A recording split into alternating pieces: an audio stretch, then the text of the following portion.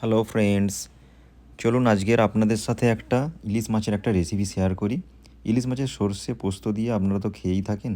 তা দেখুন কীরমভাবে বানিয়েছি আমি। আপনাদের যদি ভালো লাগে আপনারা ট্রাই করুন একবার।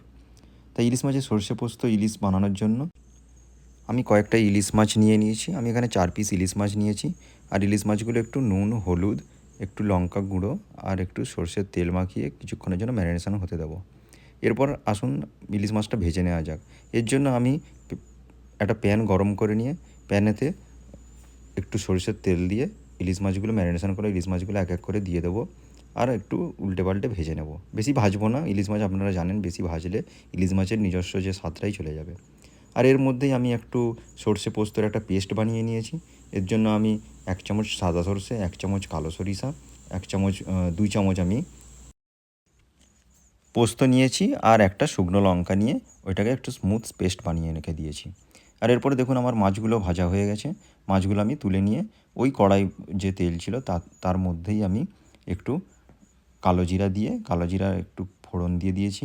আর কেটে রাখা টমেটো কুচি আর একটু নুন দিয়ে দিয়েছি। নুন দিয়ে হালকা করে নাড়তে থাকবো যতক্ষণ না টমেটোগুলো গলে যায়।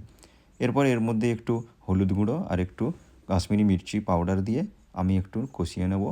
আর ভালো করে একটু কষানো হয়ে গেলে, হলুদের গন্ধটা চলে গেলে আমি এর মধ্যে একটু জল দিয়ে দেবো। গরম জল আমি ইউজ করেছি।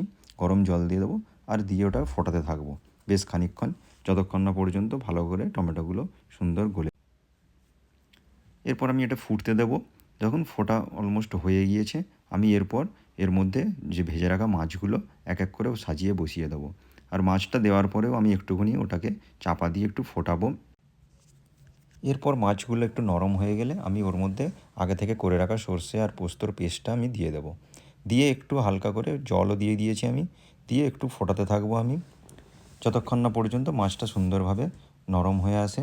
আর আমি বেশিক্ষণ ফোটাবো না, কারণ সর্ষে পোস্ত বেশি ফোটালে একটু তিতা হয়ে যাবে। এরপর আমি ওপর থেকে ধনেপাতা ছড়িয়ে দিয়েছি, দেখুন গার্নিশ করে দিয়েছি। আর দেখুন কত সুন্দর দেখতে লাগছে। আপনারা সবাই জানেন এটা গরম ভাতের সঙ্গে অসম্ভব সুন্দর খেতে লাগে।